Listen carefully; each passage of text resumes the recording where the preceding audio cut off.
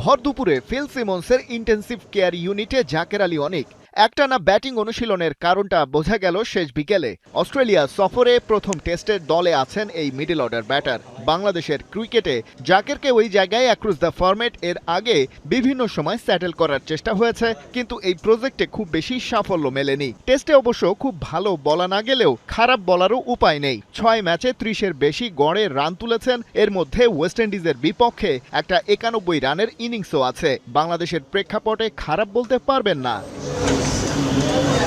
তার উপর লিটন দাসের ইনজুরি সুযোগটা এনে দিয়েছে। মিডল অর্ডারে লিটনের জায়গাটাই হয়তো নেবেন জাকের আলী, অন্তত প্রথম ম্যাচের জন্য তো নিশ্চিতই। ডারউইনের ওই একটা ম্যাচের জন্যই দল ঘোষণা করেছে বিসিবি। তার কারণটাও অনুমান করা যাচ্ছে। লিটনের মতো শরীফুলেরও ফিট হয়ে ওঠার কথা সেকেন্ড টেস্ট থেকেই। অবস্থা বুঝে এই দুজনকে নিয়েই হয়তো দ্বিতীয় টেস্টের দল ঘোষণা হতে পারে। তবে জাকের আলী যদি দারুণ কিছু করে দেখাতে পারেন পয়লা ম্যাচেই, তাহলে হয়তো চেঞ্জ অফ প্ল্যানে যেতে চাইবে না টিম ম্যানেজমেন্ট।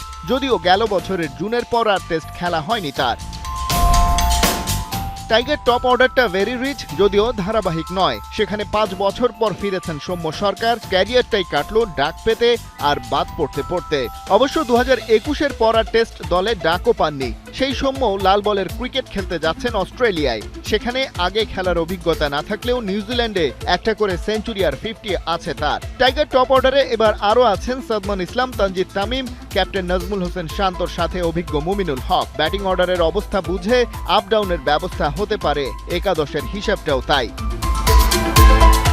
মিডল অর্ডারে উইকেট কিপার জাকের আলী অনিক আর গ্লাভস হাতে ব্যাকআপ তরুণ অমিত হাসান, সাথে ভাইস ক্যাপ্টেন মেহেদী হাসান মিরাজ আর মুশফিকুর রহিম তো থাকছেনই। মিরাজকে আবার জুড়ে দেয়া যাচ্ছে বোলারদের লিস্টেও। সেখানে স্পিনে তিনি সঙ্গী হিসেবে পাচ্ছেন তাইজুল ইসলামকে। কম্প্যাক্ট প্যাকেজ, তবে ব্যাকআপ তেমন নেই। মুমিনুল মাঝে সাঝে হাত ঘোরাতে পারেন এই যা। তবে দলের সাথে আছে পেসারদের একটা লম্বা লিস্ট। তাসকিন আহমেদ, হাসান মাহমুদ, খালেদ আহমেদ, এবাদত হোসেন আর মুশফিক হাসান। পেসার মুশফিক 2023 সালে আফগানিস্তানের বিপক্ষে টেস্টে একবার ডাক পেলেও একাদশে ছিলেন না, আর এবাদত ছিলেন পিতৃত্বকালীন ছুটিতে। দুই পেসার ইনজুরিতে ছিটকে যাওয়ায় সেই ছুটি বাতিল করে দলের সাথে অস্ট্রেলিয়ার বিমান ধরছেন। খালিদ জামিল, 71।